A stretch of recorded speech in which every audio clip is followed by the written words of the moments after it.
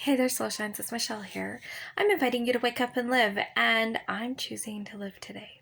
I have been crying, so if it looks like that, I'm sorry. It's been quite the day. Emotional roller coaster. I've been listening to the book Atomic Habits. I believe it's by James Clear. I think that's what he said his name was. He said this thing that was just like, it just really struck me. And he said, well, he talked about identity.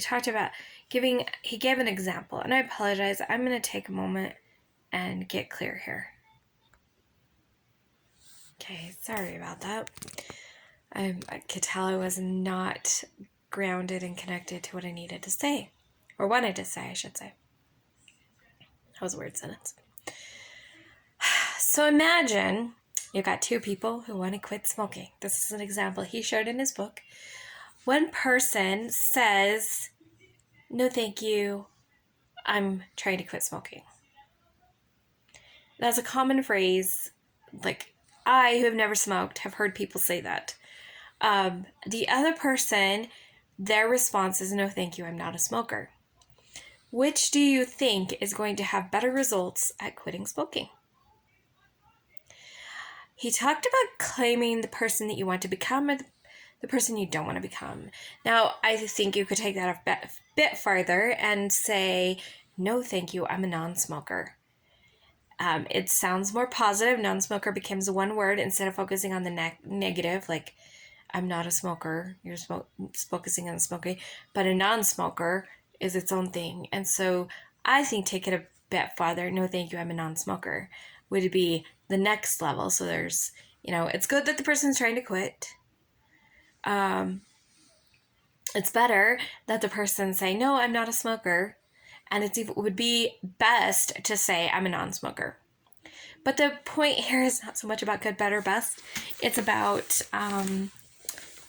the identity that we claim about ourselves and how many things I have tried to set out and do, and because of what I claim, it doesn't work. So I'm going to use YouTube as an example, and I may end up talking about assumptions because that just shows up. That's a whole nother ballgame. So I have yet at this point in time, until I've started reevaluating this in this last couple of days as this concept's come up, I have not claimed to be a YouTuber. In my mind, a YouTuber is these people who've been doing YouTube for a while, and they have editors, or they take the time to edit. They have fantastic content. They have, a lot of subscribers. And in my mind, that's what I assume a YouTuber is. And so in my mind, I'm like, nope, I'm not there. I don't know if I ever want to be there for whatever reasons. There's a lot of fears that come up with that. And I realized I've never actually claimed to be a YouTuber. I claim to have a YouTube channel, things like that, but I don't hold on to that identity. I am a YouTuber. Now, if I claimed I am a YouTuber, and then I would ask myself, well, what do I as a YouTuber do? Well, I put out YouTube videos on these dates, and I would plan myself a kind of a schedule, if you will. Whether it's like every Monday I put out a video, or I know I'm really sad, this one YouTuber puts out monthly videos. She has Patreon videos, but I just love her. And I'm just like, what's the next video coming? I miss her so much. I just love her that much. So that I could never do monthly.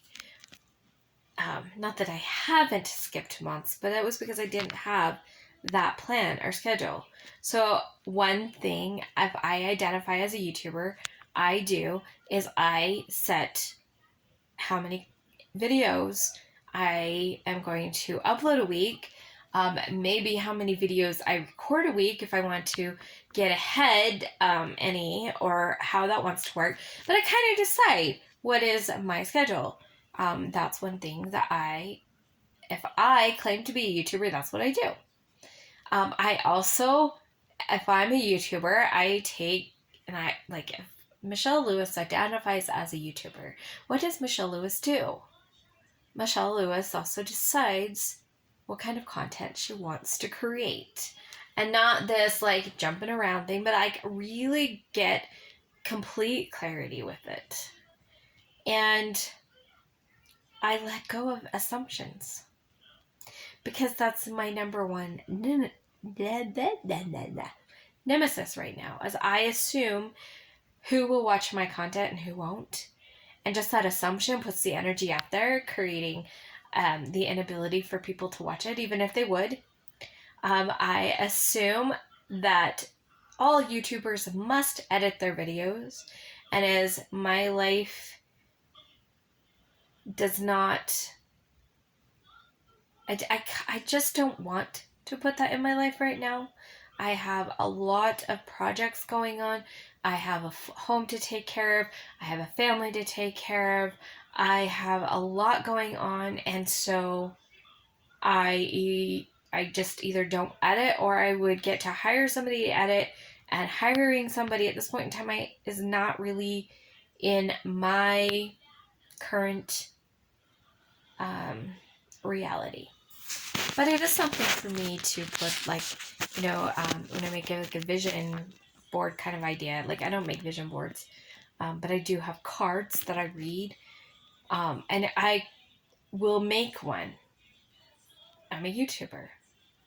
And as a YouTuber, I hired somebody to edit my videos, and I am putting out amazing content, and I am inspiring people, and I am offering healing to people, and I'm letting people know me and realize that I have so much to offer. And I will just kind of list all of this kind of stuff out so that I could add it to my things that I read most dailies. I don't read them every day. I would like to, but I'm not that on the ball yet.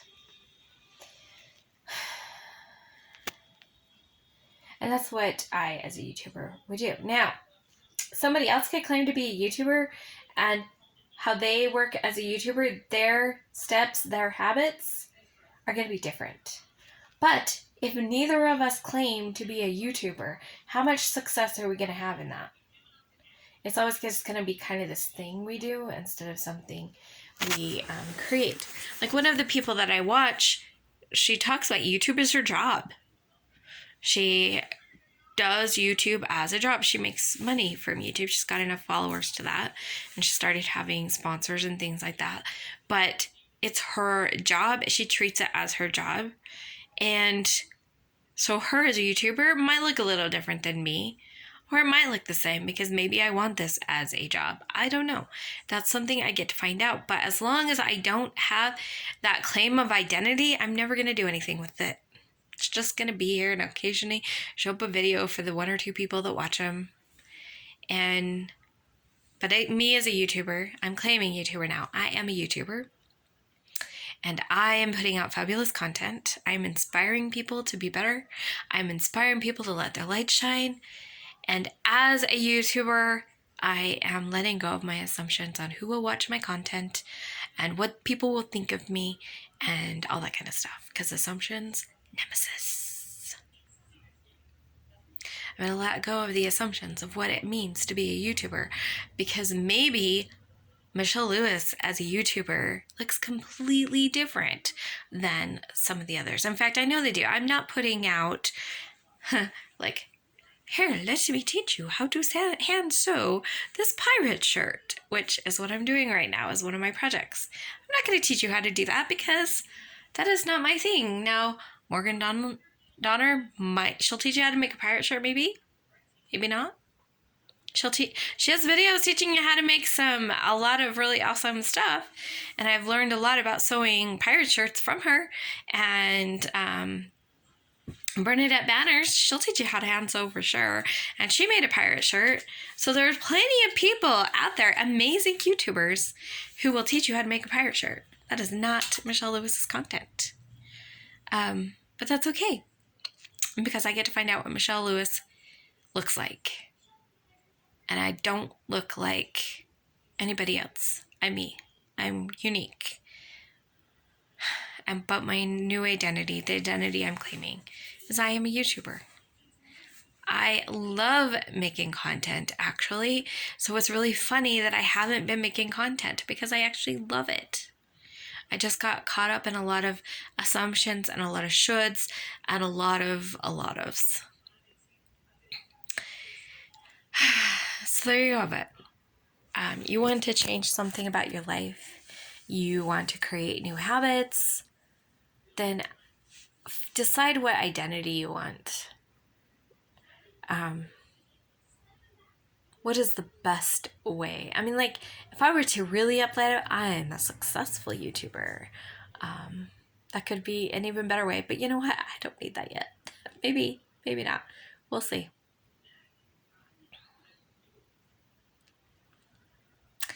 Anyway, I hope you got some information and benefit from this. I will keep you posted on what my plans and schedules are. I know I don't do it very often. My cards are kind of hidden under here because I haven't been pulling cards. I know that I want to occasionally, and I don't know how often, pull cards for my channel because I found that was an incredible way to use my gifts. And those are some of the things that I'll be looking at as I really sit down and I will make my card. I am a YouTuber, and write out all of my little vision about what that looks like. And as I create my habits that will help me to create this content and actually show up for you guys, show up for myself, let my own light shine. And stop trying to be another type of YouTuber and just be the Michelle Lewis type of YouTuber. Isn't that what we're all here to be? Is the whatever, insert your name here type of being, and whatever you want to identify as. If you are a YouTuber, then what kind of YouTuber are you? You decide that for yourself and claim it and own it and go with it. And what kind of mom are you? Because that's an identity I've claimed for 28 years, and I love being a mom. And yet I should all over myself on that one too. I have a lot of assumptions on what a mom looks like. And then I hear about people abusing their kids, and I'm like, yeah, see, Mom, you're not a bad mom. Stop saying you're a bad mom, because look at that, you're a good mom. You don't do that to your kids. My daughter has a friend whose mom has nicknamed him Jack, short for jackass.